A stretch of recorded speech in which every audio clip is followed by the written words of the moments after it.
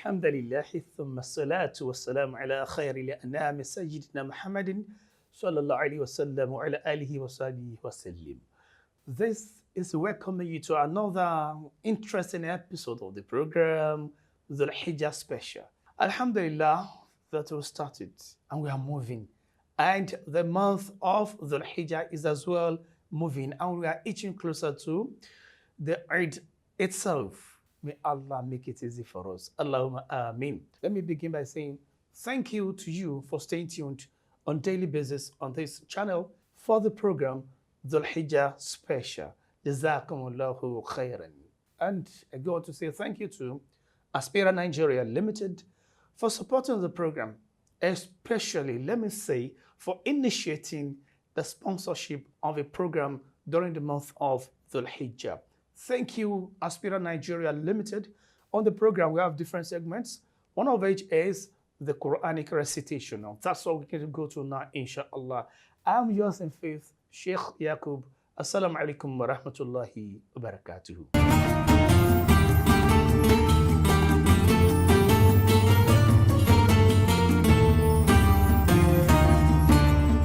بسم الله الرحمن الرحيم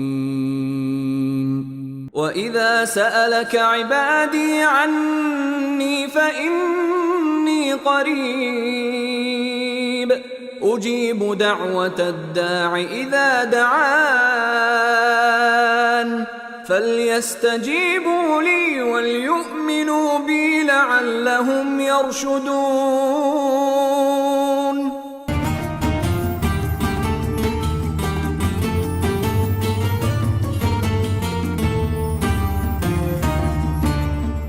Alhamdulillah Rabbil Alameen. You are welcome back. It's still the program Dhul Hijjah Special.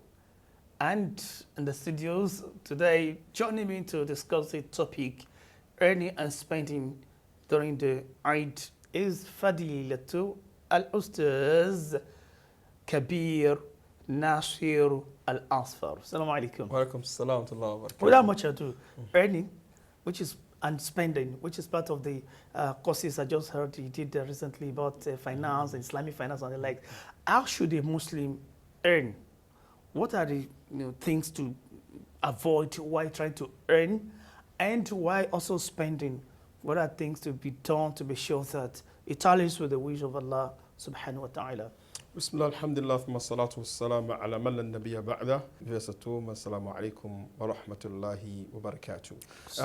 It's an interesting topic to discuss when we talk about our earnings and our spendings within the beginning of Dhul Hijjah. But of course, this is something that goes well beyond Dhul Hijjah. But because these days are auspicious days, right? And it's something that is very germane, something that is very important for us to discuss. Basically, because we have what are known as essential needs as human beings, by virtue of us being human, we would have those needs. And of course, they are food, shelter, water, and of course clothing. And then scholars infer this from the story in Surah Al-Taha, where Allah subhanahu wa ta'ala was telling Adam alayhi salatu wasalam, ذَلِكَ أَلَّا تَجُوعَ فِيهَا وَلَا تَعْرَى وَأَنَّكَ لَا تَضْمَوْ فِيهَا وَلَا تَضْحَى. In Jannah, you will not need food, water, shelter, or clothing. You will not need to toil under the sun. And the scholars infer from this, way before Adam Smith and then those economic theories, that these are things that human beings would need basically. So you need to earn to acquire those things. And then of course, there's only one very essential component when it comes to Muslim earning. It must be free of haram. So Muslim earning must be free of riba, there's interest in any way or form. It must be free of gharar. Gharar is undefined uncertainty, gambling, all these things. It must be free of it. So also must it be not only halal in itself, it must also be wholesome, tayyib. So whatever we want to transact in, whatever we want to earn, must also be free of those things that Islam deems to be unethical. Our earnings are guided by this principle in the Hijjah, outside the Hijjah. We will now come to our expenses, our expenditures, which is very, very important. We've drawn that line that Allah subhanahu wa ta'ala said in Allah, tayyib la yakbalu illa tayyiba. Allah subhanahu wa ta'ala is pure. He will not accept from us except that which is pure. So This is a month that we would spend. We're going to be buying cows, camels, whatsoever to celebrate the Eid. Our source of income must be pure. It must be halal. And then if we want to actually spend on something that is religious, we're going to be buying these rams, we're going to be buying new clothing, we want to go to Eid, we want to enjoy ourselves as halal as possible within this period, then our earning and our expenditure must also be halal.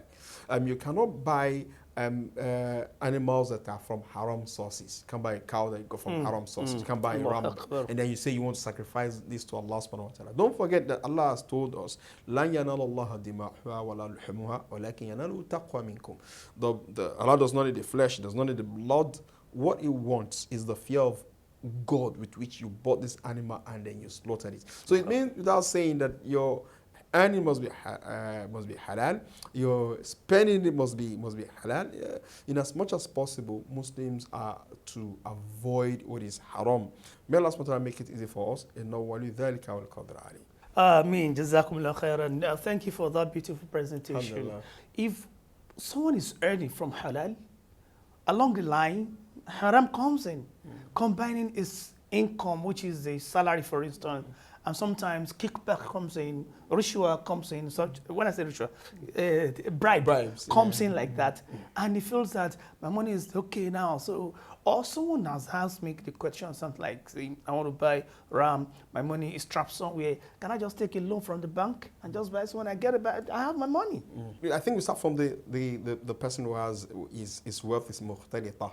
It's mixed with halal and haram. Mixed. We advise that the Muslim should be very careful with his account. Definitely every astute business person is going to be very conscious of his account, the profit and loss. There's going to be another column the Muslim will add to it. It's going to be the haram halal column also. So because in business, right, one of the things that we talk about in business, particularly corporate business, Islamically, is what we call purification. That at times, even without you intending it, certain aspects of earnings will come in that are haram, and you have to purify it. And purification is that you have to identify this amount of money and give it out as charity. And then you do this charity, you give it out, it's more of takhallus, because since it is haram, you are not going to expect any reward from it, save the fact that you feared Allah subhanahu wa ta'ala to the point that you didn't want this to be part of your wealth. And then quickly also on the issue of loan. If you want to get a loan for your RAM, it does not have to be interest-bearing loans. If it is interest-bearing loans, then it is impermissible. But in this case, it's haram for him to go for it, but the RAM is slaughtered with this is still accepted, which makes it different from wealth that you accumulate from what is directly haram. The difference is this. When you go for an interest-bearing loan, right, this is haram. Right? But when you buy something with it, you actually got it. The person willingly gave to you. You have the milkiyah, the possession. So you buy the RAM. It's best for you to have avoided it, but of course, still bought the RAM. If you got your money from armed robbery or internet fraud, then that illegality, it's totally haram. The RAM is not even yours. You will not even be rewarded for it. Jazakumullah khairan. That is the segment that we have to take a look at that important topic, which is earning and spending, especially during the Eid celebration. So let's go to the street and feel the pulse of the people. We want to hear them saying. We'll be right back on the program, Dhul Hijah Special.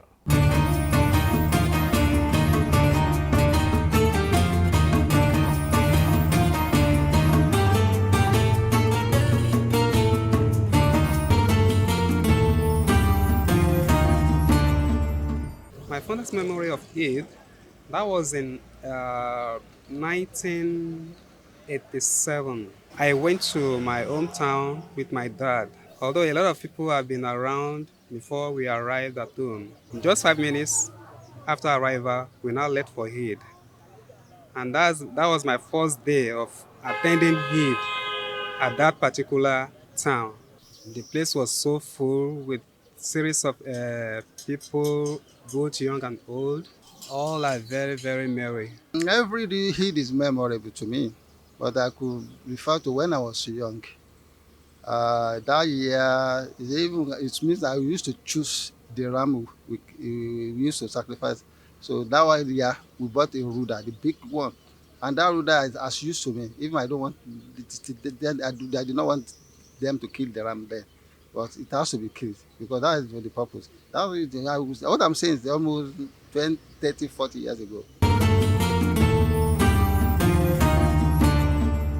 Alhamdulillahi Rabbil Alameen. Any from haram source, as in working in a company that is basically producing haram source, and the person feels that, okay, I'm working in a bank, riba-based bank, they said it's haram, so I'm not going to sort haram.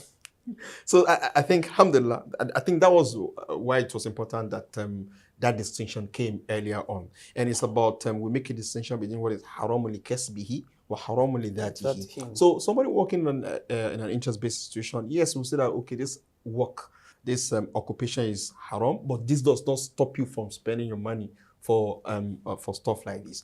Where it is very serious is wealth that is haram li dhatihi. Wealth that you acquire via internet fraud, which is called Yahoo Yahoo or Yahoo Plus, as the case may be, or by armed robbery. This wealth is not yours. Would you look at that from the other side, which somebody just got up in the morning, working for Subi, and just found a cow or a ram, and feels, hey, Allah Akbar, I pray to Allah, I need ram. And he gave me ram, Allah Akbar. Yeah. It belongs to someone. And they just trade around and you found it. Kind of person. Yeah, this is also very important for us to mention. There were times, I'm very sure of last year, people's rams were stolen. Exactly. I mean, you just tie it, and of course there are major rustlers also. And when you realize or you have an inkling or a little bit of, you have this feeling that this ram is likely to be stolen, you are to avoid it. Avoid it. The Messenger of Allah said, "From an ittaqa shubuhat, faqad istabra li dinihi wa irdihi." Stay away from the doubtful matters. So if they are saying that there's a big ram that you also are aware goes for something like 250k, and then somebody is saying that just buy malam for 30k, 50k, you're supposed to suspect then something is wrong. And if you even know, then you cannot buy such ram because, as you said, it is haramun li dhatihi. This person does not possess this animal. It doesn't ever gain possession because it is in itself haram. May Allah make us celebrate. Because the Father, to this period, we're aimed at improving ourselves in every sphere of our lives, especially the spirituality. Something is haram, do not engage yourself in it. Earning and spending in the cause of Allah must be within the limits of Allah's provisions. Let's look at this before we go. I want to host people. Some of my colleagues, some of them will tell you, Stars, I'm coming to your house. I say, there's no alcohol. And he feels that, oh, don't make no worry. I'm not worrying if our boys. And he says he's coming with his own alcohol. What's your advice for this is such also person? very essential that when we relate with people. Number one, we should appreciate the fact that somebody, a practicing Muslim, has friends who would say that we're going to come celebrate with you. It's a fine thing. We are not supposed to leave ourselves in an echo chamber, isolated from people. However, we'll draw boundaries also. So look, come around and have the best time. You eat the meat, whether it's barbecue, whether it's boiled, whether it's grilled, whether it's whatever. However, there's not going to be alcohol. Whether you want to bring it or whatsoever, alcohol will not be permissible. And a lot of people would actually listen to us. So part of extravagance is alcohol itself. And on that note, we say thank you to Aspira Nigeria Limited. I am using it. My family members are using it. Go to the market and get it. It's around Nigeria, and I told you that across the border, you can as well get it, inshallah. It comes with different variants. Beautiful products, beautiful Nigerians, beautiful believers in Allah. I'm Sheikh Yaqub, urging you to join us tomorrow for another episode of the program. Until that beautiful then, Assalamu alaikum wa rahmatullahi wa barakatuhu.